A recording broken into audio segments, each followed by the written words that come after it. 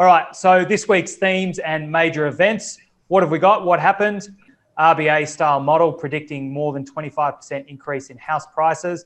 That's going to be my first question. I'm not going to lie to you. I'm already asking the first question up. I want to know more about it. Investors, they're finally starting to come back into joining the party.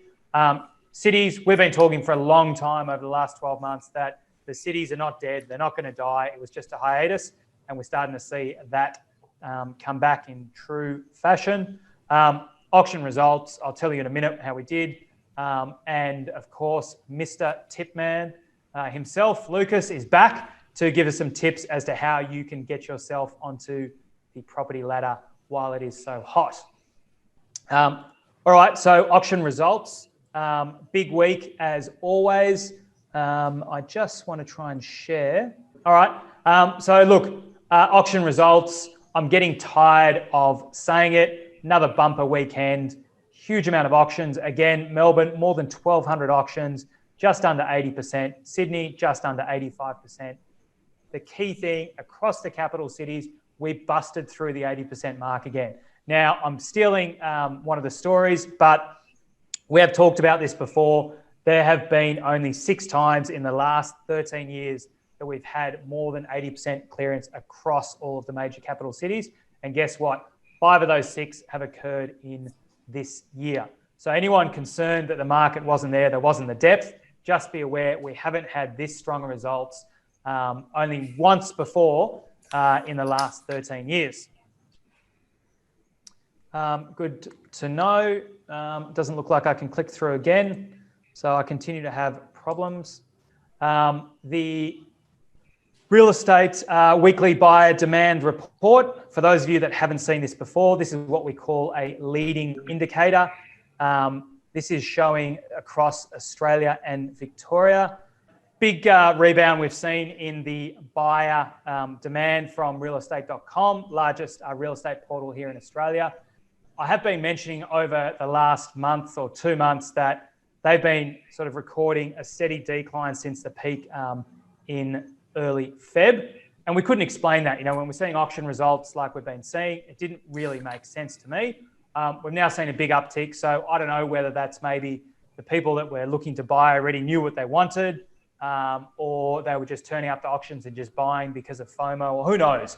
But we're seeing that sort of go back in line. I think perhaps the most interesting point that I can note there is if you see that red line is apartments.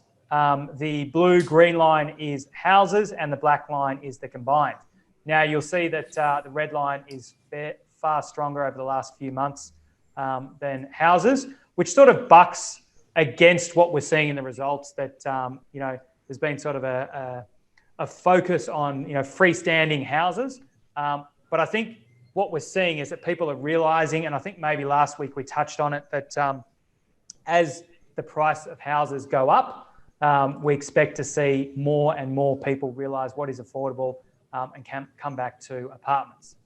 Interestingly as well, I guess not too unexpected, over the past year, we saw the strongest recovery in terms of numbers happening here in Victoria.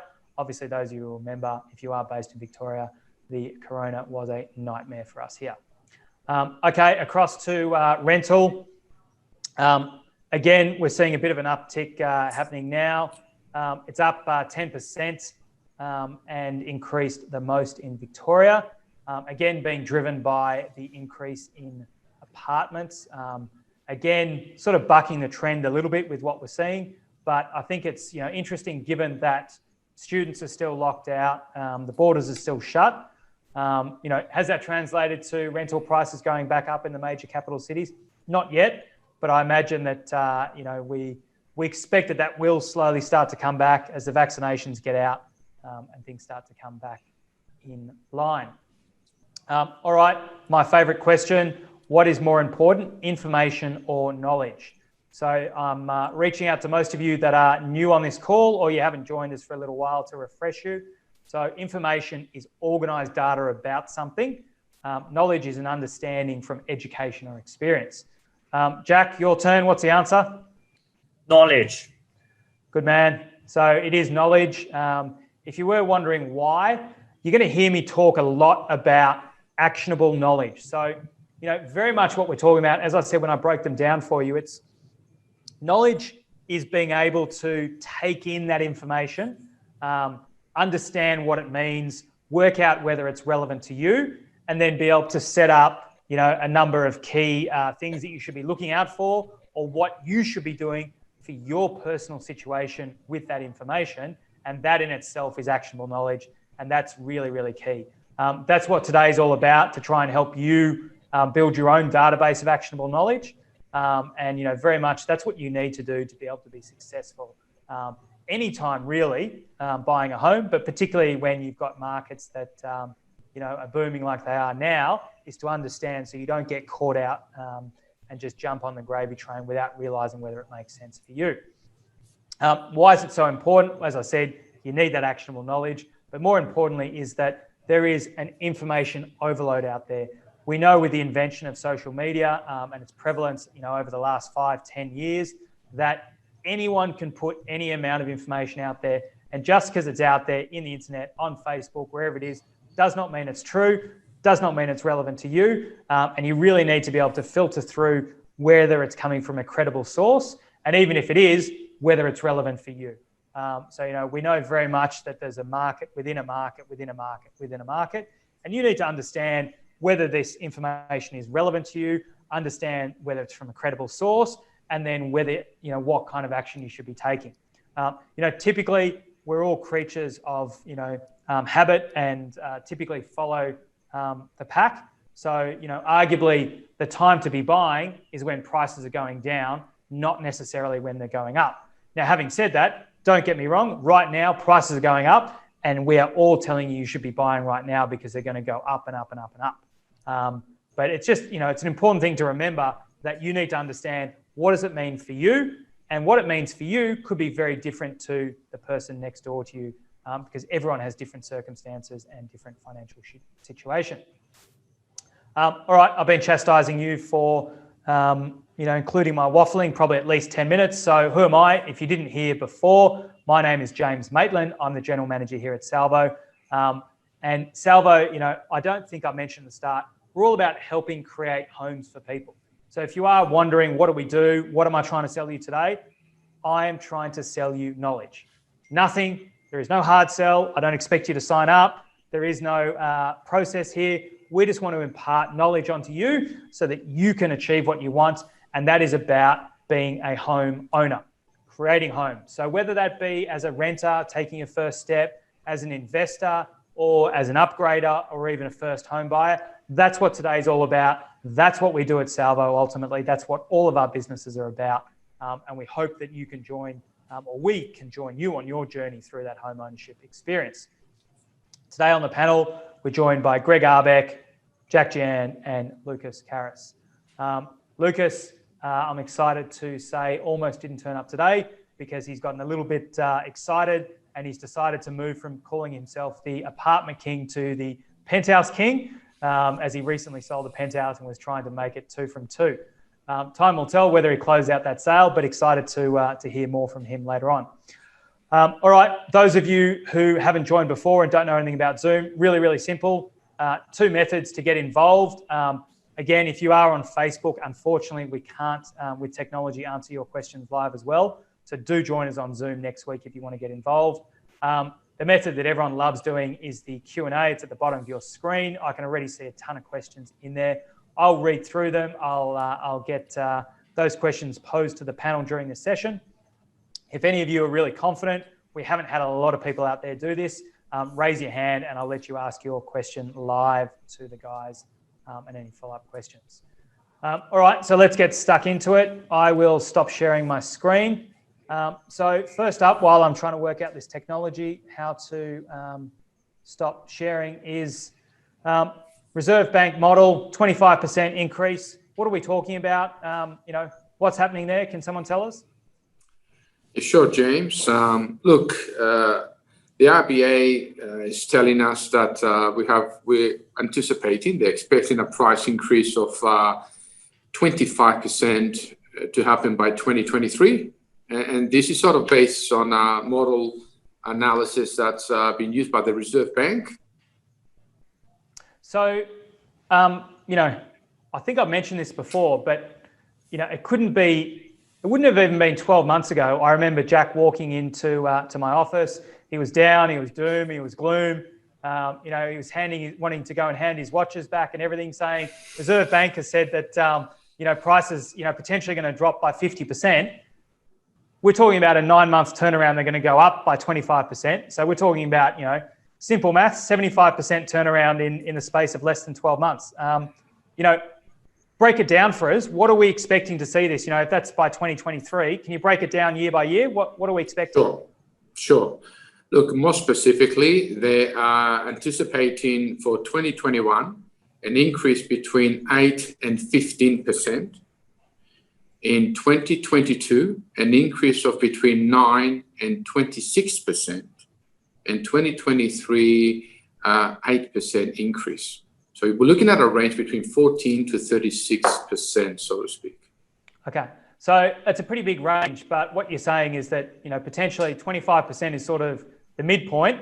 Could be a little bit less, but still 16% sounds like a pretty good increase to me. On the upper side, we're in the mid-30s, are we? Correct, 100%. What are some of those reasons why there's a bit of a range? I mean, I know forecasters never like to be pinned down because people like us love to go back and mock them if they get it wrong.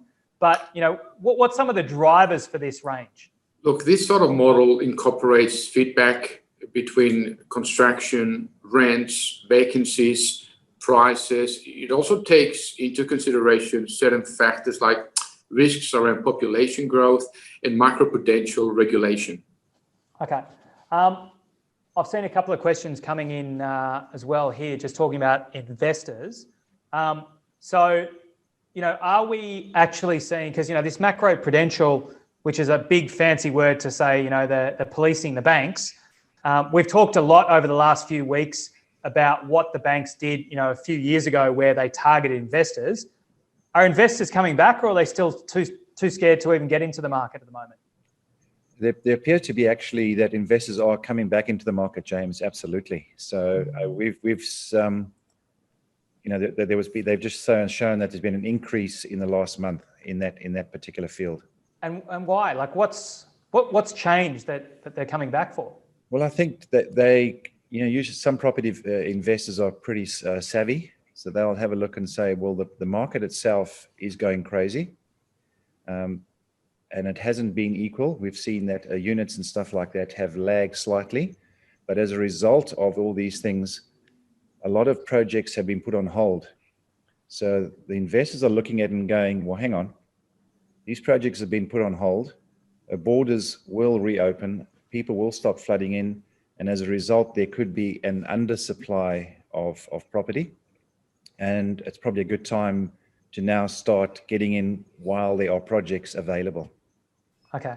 So, I mean, would it be fair to say, undersupply is probably not a word that many people are saying out there at the moment, particularly when it comes to apartments. But I guess what you're saying is what we're seeing, across the sort of freestanding housing market at the moment where, there's more buyers than there are listings. Yep. That's going to start happening with apartments as people realise that they can't afford this great quarter-acre block, the great Aussie dream anymore. And there's not a lot of new supply coming on over the next couple of years. There's also a few crucial things that people don't quite get. When you're building a house, you can build it probably within 6 months. So it's, planning, this is done, get up there, build it, and you're in a house. With an apartment building, when you're looking at 40, 50 floors, things like that, these take years and a lot of planning. So there's a lot of lead time and lag time before these things can get. So if people or developers, which they have done, have put their projects on hold, there's a good chance that as all the people start getting back, there's actually going to be an undersupply of apartments because they take so long to build. Okay. What are we seeing in terms of, the push that we've talked about a little bit, and, it was quite well publicised over 2020 between, this move by everyone to work from home, move to regional Australia. Is that trend still happening, and how does that sort of correlate with what we're talking about with investors? I think we can sort of have a look the vacancy rate compared with the CBD and some regional areas. So at the beginning of the pandemic, as the pandemic hit us very heavily, and plus the people working from home, and especially like the Melbourne, there's some of the city we had the strict lockdown. So it's people that prefer to move into the regional and living there. That's what we can say the vacancy rate in the regional was really, really lower. But after the people they move into there, they have the few months, like 12 months, 6 months, they sort of the test, the trial. And then they realized, okay, this is not what I can do. Plus now everything is slowly bringing back. As the vaccines comes out, will be very soon everything back to normal. Like people, they have to go back to the city to working. And eventually people were thinking, okay, the way I want to live in is still the city life. I want everything close to my home, and everything like for my work, for my entertainment, for my education, hospital, everything will close to me. So that's the trade is going to happen, which means that people slowly moving from the regional into the city. We can see from the data showing the vacancy rate is used to be the CBD area, like the central of the Sydney and the Melbourne was very higher because, people moving back to the regional. Now, the people start moving back into the city. So the vacancy rate in the city area is going down. But the regional is slowly to risen up. All right.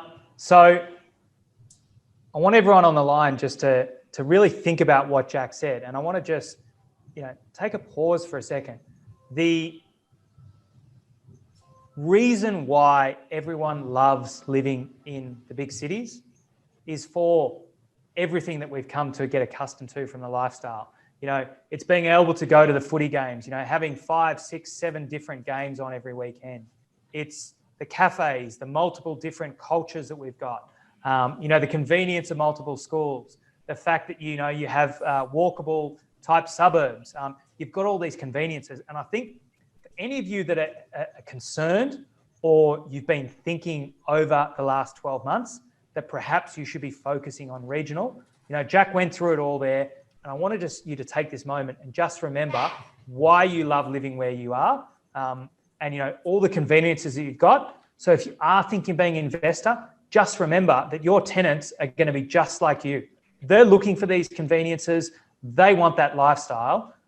So whilst regional could be a good option for some of you, I think very much if you ever had a fear about the cities because of what you read in the paper or you heard on the news over the last 6 months, that's disappearing.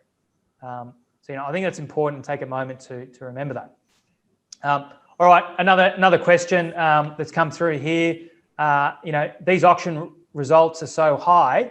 Are these just one-offs, or have we seen I'm not quite sure what this question is getting at, but I think the idea is, are these just freak occurrences, or have they been consistent? I guess at least over this year. I think I did answer that, but does someone want to run through that? Yeah. I think we just saw that now is April. We had passed the March quarter, which is the first quarter of 2021. We saw that trade of high auction clearance rate is all kept in a higher rate. Like I think James, you mentioned there were only 6, right? There were only 6, yep. 6. The clearance rate, which over the 80% across all major capital city in Australia, since 2008, which was 13 years, is 5 of the 6 was happening this year. So this could be, you say this is a continued trade. It is a hot market, the clearance rate, more than 80%. 8 of the 10 the apartment across the major capital city in Australia has been sold on the auction. Okay. So again, I think these are some of the key things that, if you were concerned, this is making it clear. We're talking about for the March quarter, we had a combined capital cities clearance rate of 80%. 8 out of 10 homes were sold at auction. Now, sorry, Jack, yeah? Yeah, I also wanted to say that because we noticed that not only the clearance rate, which is the listing for the auction, is almost a double than the 5 years average. Now it's 20%.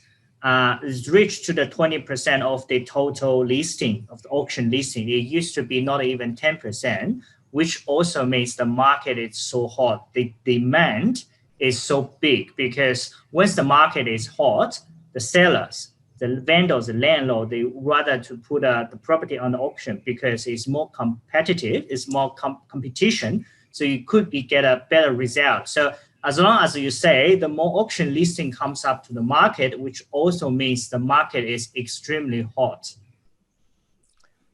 Very good. Can I jump in for a minute, please? Penthouse man, yes, you can. And we can see that when we're talking before about the price increases, what we've seen with the auction results, we actually seen very good price increases. And I've got some numbers here that are quite impressive, that in the last 3 months, the house increase, we've seen an increase of 5.8%, with March alone, a 2.8% in house increase. Now, we haven't seen this for 32 years, such a large increase. So, it'd be fair to say that these forecasts that are out at the moment, we're already well on track, in 2021 to hit them with what we've done just in the first 3 months of the year. Exactly. Anyone, what about when the borders open? What do we expect to see happen then? Well, I think, like we were saying, there's likely to be even higher increases in both houses and specifically units, as I mentioned before. So it could put pressure on both sides, but specifically, I think unit prices will get a lot stronger. Yeah, I think too the important thing there that sometimes gets lost is the Australian universities are so reliant on foreign students, and that's just been completely shuttered for more than 12 months now as well. That not only are we going to see demand for Australian property, Australia is going to be seen as that safe haven compared to a lot of the other regions around the world. And, I guess the US has always been number one, but I think it'd be pretty clear that everyone would feel that, how we've handled the corona compared to the US has been fantastic. But just that demand for rental, which, the demand for rental, hopefully we should see some of these abnormally higher vacancy rates in the capital cities go down. We should start to see some rental growth again. All of that spurs on again. Greg mentioned that investors are taking, they're seeing the fact that there's opportunity in the market and things are going to get better. These temporary laws have gone, and that's going to just, even increase that demand there. Greg's spoken before about how, the amount of supply that you can bring on quickly in apartments is really hard. I don't think people realize, that's what we do here as well. One of our key businesses is, building apartments. And I think people don't realize, it's a 5, 6, sometimes even a 7-year process from, the day that we find an appropriate piece of land right through to when we complete it. So it's not like we can suddenly just say, that's it, prices are going up, let's build a new apartment tower. Even if we do it today, we're going to be delivering in the next cycle. So, we pretty much know what's going to happen now. And I think that's going to be very interesting, as we start to see investors, get more focused. We see the foreign students come back and, we just see generally everyone across the global economy getting back to normal. All right. So, what about new apartments? I was just talking about that. I think it'd be fair to say, whilst that's our passion, it hasn't been, as strongly talked about, inner city new apartments. What did this RBA model make any forecasts specifically on that category at all, Lucas?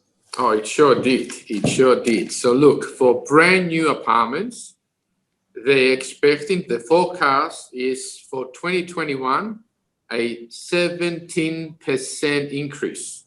17% increase. And in 2022, another 5% increase. Okay, wow. So, I think, Greg, that ties back into what you were sort of saying, that the counter-cyclical investors are realising now's the time to jump on. They'll look at it and say, it's if you're a shrewd investor, get in there now. Yeah. Okay.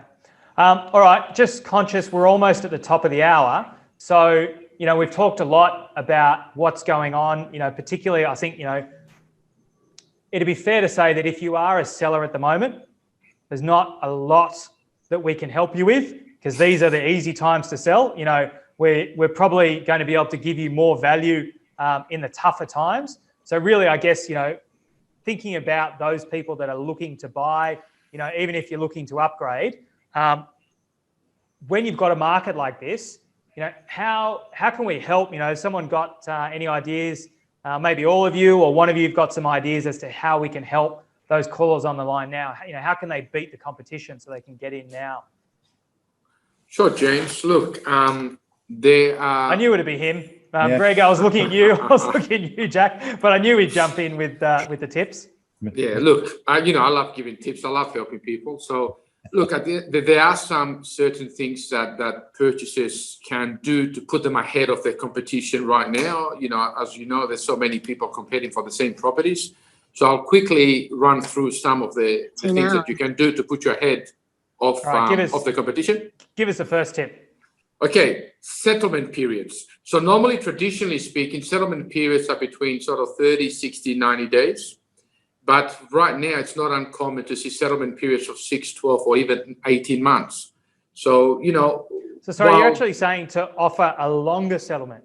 Normally we talk about a shorter one, but you're saying a longer one right now. Because while the vendors want to capitalize on this current market, they're still unsure where to move, especially we've got lockdowns, travel restrictions. So if a buyer, if you offer them a longer settlement, that's sort of, you can use that as a bargaining tool for your offer to be accepted, because that will sort of take a lot of the pressure off them.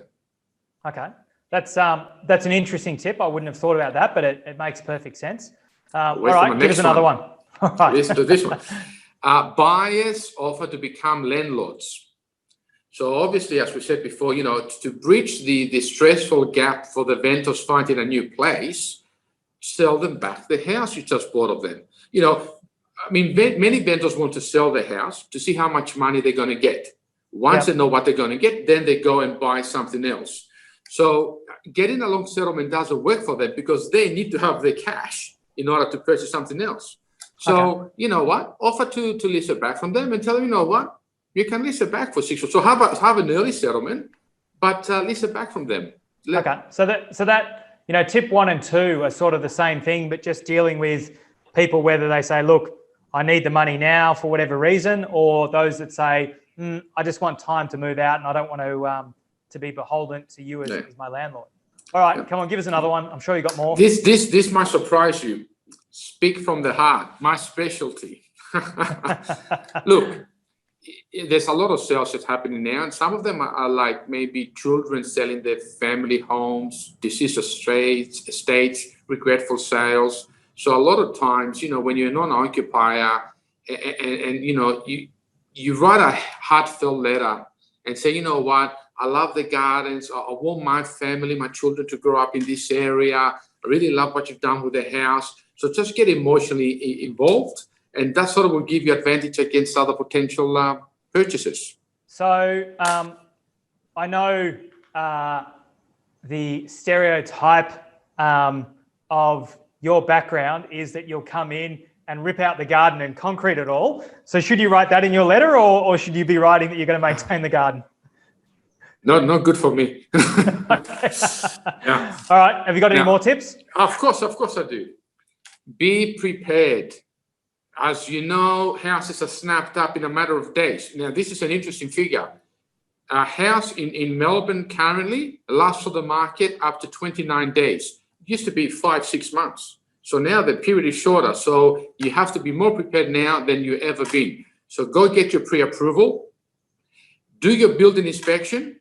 So then you can make an offer and you don't have to write subject to pest and building or subject to finance. So when you do your offer and you don't have any subjects to, that puts you ahead of everybody else. All right, good. Now, surely you got a bonus for everyone on the line, or do I can see Greg keeps on saying, cut him off. He's going on for too long. I'm sure you got a bonus for us. I thought you never asked. This is quite an interesting one. I've used personally in the past as well. Look, when it comes time to negotiating, try to add the furniture. So a lot of the people, you know, they've got a big house, they're downsizing, they can't take the furniture with them. So, and in most cases, owner-occupiers are upsizing. So offer to the vendor that, you know, I'll buy the furniture as well. It helps them. And also you get a better deal because you put it in the price, and you know, it's a very good, it's a win-win situation for both parties. I guess you save as well on some of the moving costs. And then I know we've all experienced it. There's nothing worse than the kids screaming and you're there with an Allen key trying to put together a bed. I can whip it up in 5 minutes, but I know everyone else, you guys have said that you don't like any of this flat pack stuff. You don't like anything. And I know there's nothing worse than a young kid screaming at you because they're tired and they want to get in the bed. Add to that, Lucas, I know your wife loves giving you a shopping list of jobs to do. Put on top of that, you can walk in, walk out, it sounds like a pretty good idea to me. That's right. That's right. All right. Look, I know you want to go on and on. Greg's told me to wrap you up, and we have gone 5 minutes over. So I want to just bring some closing comments to this. You know, we've talked all the time about, you know, what's going on, you know, where things are at.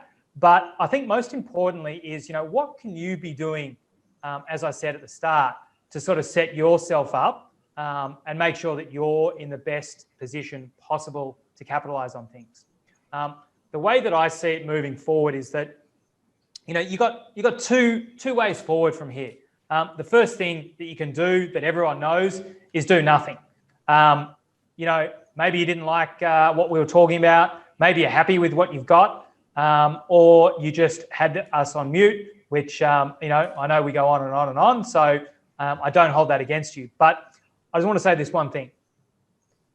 If you don't change anything, don't expect to get a different result. Now, that's important. I'm not saying what you're doing is wrong because maybe you're very happy with the results. But just be aware, if you keep doing the same thing, you're going to keep getting the same results. Nothing's going to change. So, you know, we hear all the time about someone that walks in, you know, they say, oh, great, I'm really excited to have a look. Have you been looking long? Yeah, I've been looking for 10 years. Okay? Don't be the person that's been looking for 10 years because if you don't change something, nothing is going to change for you. You're going to keep getting the same results. Be the person that says, yeah, I've been looking for a month or two. What can we do? What should I be doing? And adjust and make changes. So, at a bare minimum, listen to what we've said. Listen to what we've gone through. Think about what I said, actionable knowledge. You know, remember that knowledge is more important than information. So don't just keep reading everything and just filling your brain with all of this information. Process it, turn it into knowledge, actionable knowledge. I've told you how to do it. I've explained to you why it's important. So at a bare minimum, I want you to go out, take on board what we've discussed and do it yourself. But there's a third option, the alternative path, which is let us help you. As I said at the start of this presentation, you know, Salvo, what do? We do a ton of things, but ultimately we're all about helping people create a home. So, you know, doesn't matter what it is, we want to help you on that journey and we want you to do it with us. So how can we help you down that journey? If you're saying, yes, that sounds like me, I want to get involved, I want to get into it, really, really easy. You know, the most active and the most dedicated way is for us to get together one-on-one. So what I've done over the next 5 days, I've blocked out time in everyone's diaries, specifically just for these meetings. I know in the past, I've had complaints from people that they didn't get a chance to get in, all the times were booked out. I've made sure that everyone's got, you know, a number of hours dedicated every single day for the next 5 days, just for all the callers on the line to jump on and book these sessions. What are we going to do? Really, really simple. You know, we can meet face-to-face. You can come and see us if you're local. If you're not, we can chat on the phone. We can do it virtually over Zoom. We like to see you because we feel it makes more sense. So, you know, Zoom's a great one, or even FaceTime for those of you that are on iPhones. You know, typically we're talking about a 15, maybe 20-minute type meeting. Really, really straightforward. We'll just have a chat about each other, talk about the market, any sort of questions that you had that we didn't chat through here. You know, we'll sort of talk through your goals or, you know, what have you done in the past? What are you hoping to do over the future? And then really talk about what are the next steps that that both of us need to take so that we can work out whether we're the right fit for each other and what that might mean for each of us into the future. Now, if you got value from today, then I guarantee you'll get value from that. As I said, it is one of the smallest investments you can make. 15 to 20 minutes. It's not a lot of time. It's as long as you take to go and have a smoko break if you're in construction, or even just walk down and have your coffee. Pop an earphone in, give us a call, chat through, run through it. Happy to do it any time of the night. Greg, as long as he's not practicing in his heavy metal band, is happy to do it all night. Lucas may have the odd screaming child in the background, but we're happy to run through it with a time that's convenient for you. If you're not sure and you think this doesn't sound like you, who is it for? Well, anyone who's on the call today, I guarantee you, unless you're just here to hate on us, you're the right fit for us and we can add value to you.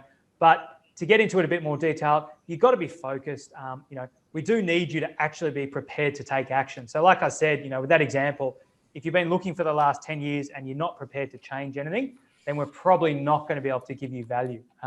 You've got to understand about that knowledge process, as I said, help build that, because ultimately for us, the best way we can help you is to help you help yourself. I think it was that famous line from Jerry Maguire, help me help you. That's what we're all about. So you've got to be prepared to roll up your sleeves and do that. So I'm not going to jump up on the table like Tom Cruise would do. I'll probably split my pants, but that's what we're about. You've got to be prepared to help yourself. And I think that's fair, and I think that you will get value out of doing that. So jump on now, do it. How do you do it? There should be a link in the chat. When you connected to this webinar, your browser should have redirected you to the booking page. Those of you that don't have your diaries with you, none of those options seem to work. I will send a follow-up email with the link. For all of our Facebook listeners, unfortunately, none of those options will work for you. I think we will post after this in the comments section, the link that you can use to jump on, or join us next week and you will get all of that information. So that's it from me today. Really, really appreciate all of you spending the last, 40 minutes to join us. I know that everyone is very busy and you've got a lot of things to do. So as always, I appreciate the time that you've spent, and I really hope that you do join us again, whether it be through booking a one-on-one session with one of us or joining us again next week, next month, next quarter, whatever it is. I look forward to seeing all of you again at some point in the future. So from me and everyone else on the panel, thank you very much and look forward to seeing you again soon.